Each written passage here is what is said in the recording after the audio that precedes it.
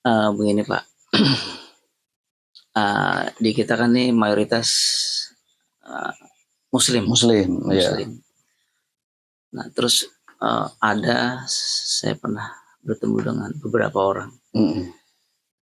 katanya dia sudah mengenal marifat, tapi justru di bulan Ramadan ini dia justru malah meninggalkan puasa, meninggalkan saum karena dia sudah mengenal marifat. Nah ini bagaimana hukumnya gitu?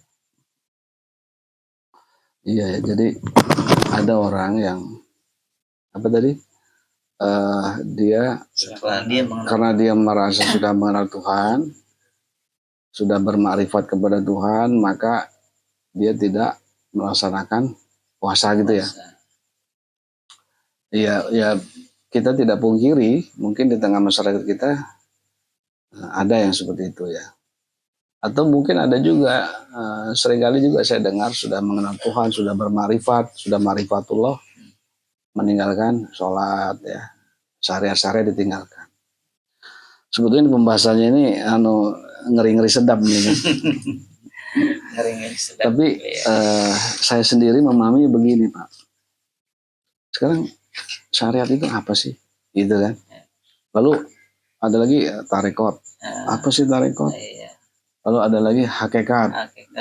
Ada lagi makrifat. Ini kan cabang-cabang pengetahuan ya yang.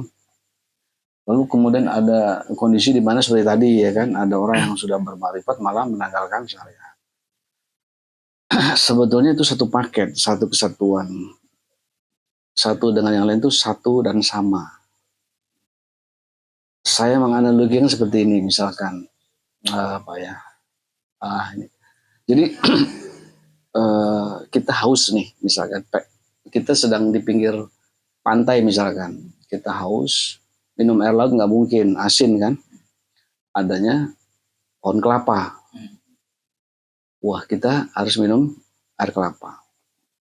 Syariatnya gimana? Syariatnya manjat, ya dong. Pada saat kita di bawah, itu kita hakikatnya pengen menghilangkan haus. Itu hakikatnya. Hakikatnya ingin menghilangkan dahaga, haus. Tapi bisa nggak langsung hakikat hilang hausnya? Bisa aja. Ya artinya dalam konteks kita kehausan di pinggir tadi kan.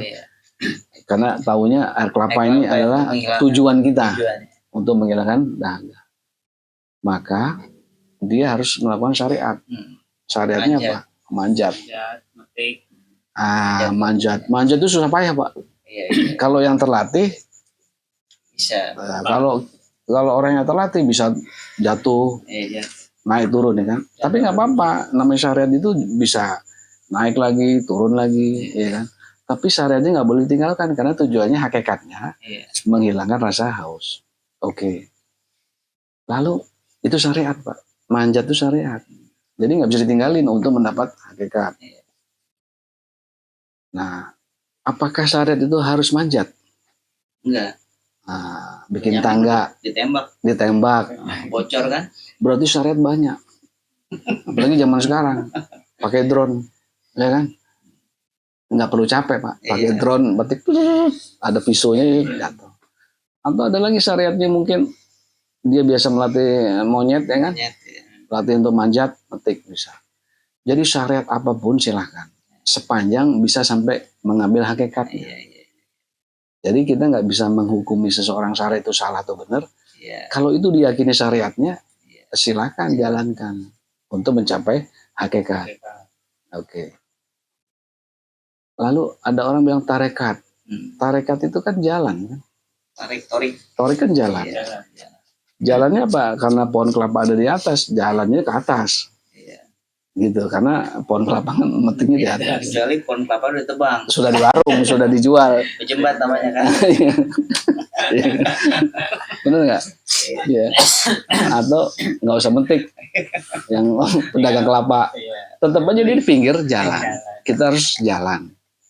Melewati jalan ini, ya kan? Ada orang yang, wah, pas mau beduk maghrib, ya kan? Dia lewat gang, padahal jalan mau arah pulang.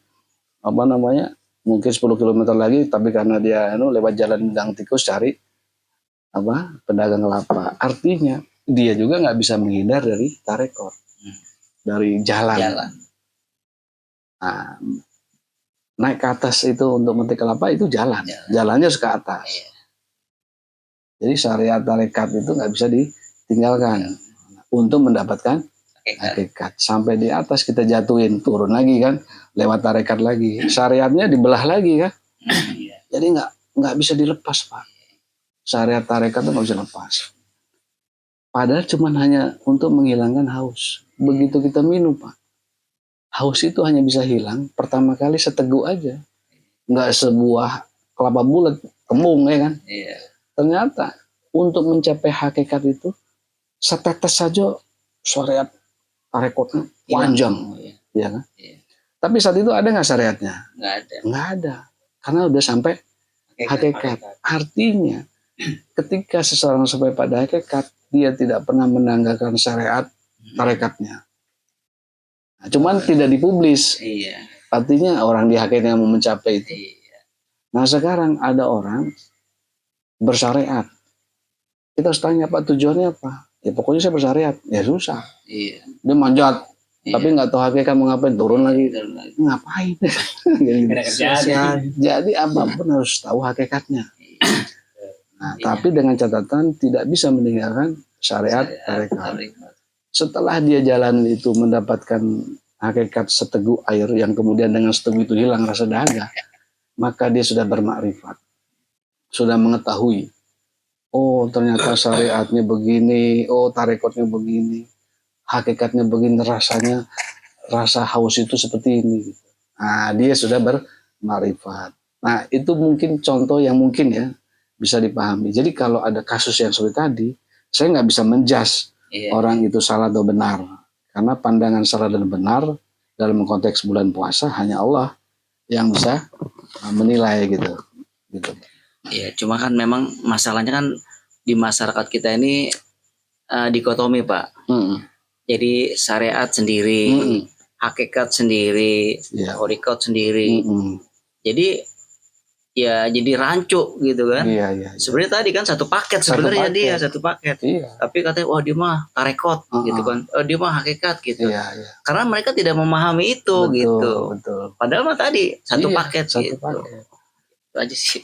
Iya betul satu paket. Jadi orang yang bermakrifat tadi dia sudah mendapatkan hakikat.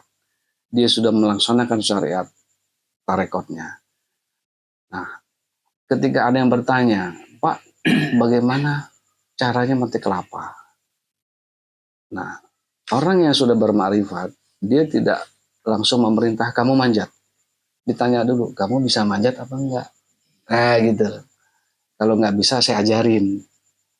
Nah, atau kamu punya cara lain untuk caranya memetik kelapa. Kurang lebih seperti itu.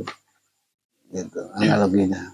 Atau gini, mungkin teman yang tadi itu dia cari jalan pintas, bisa aja dia pesan online, ya kan? Bisa. Tahu-tahu ada yang nganterin, ya kan? Tapi dia duduk aja di rumah gitu kan? Tapi itu kan syariat.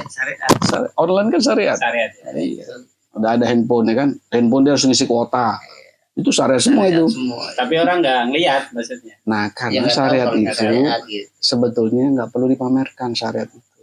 Karena dia syariat itu kan syar'i, syarat hukum, kebakuan yang nggak bisa diingkari gitu kan. Nah kayak gitu, Pak. Nah ketika ada orang syariat sendiri, tarekat sendiri, ini namanya mungkin ya dia belum sampai kepada pemahaman yang utuh tadi. Padahal syariat itu hal yang lumrah. Setiap siapapun manusia hari ini bersyariat. Ya kan. Bahkan orang berbuat maksiat aja dia harus bersyariat. Gitu. Nah tinggal kita translate-nya dalam memahami agama. Kita berpuasa, tiba-tiba kita enggak ketahuan kita enggak berpuasa sama anak istri kita. Alasannya karena bapak sudah bermakrifat, wah bisa agama kita jelek. Ajaran ini bisa hancur. Nah gitu kurang lebih.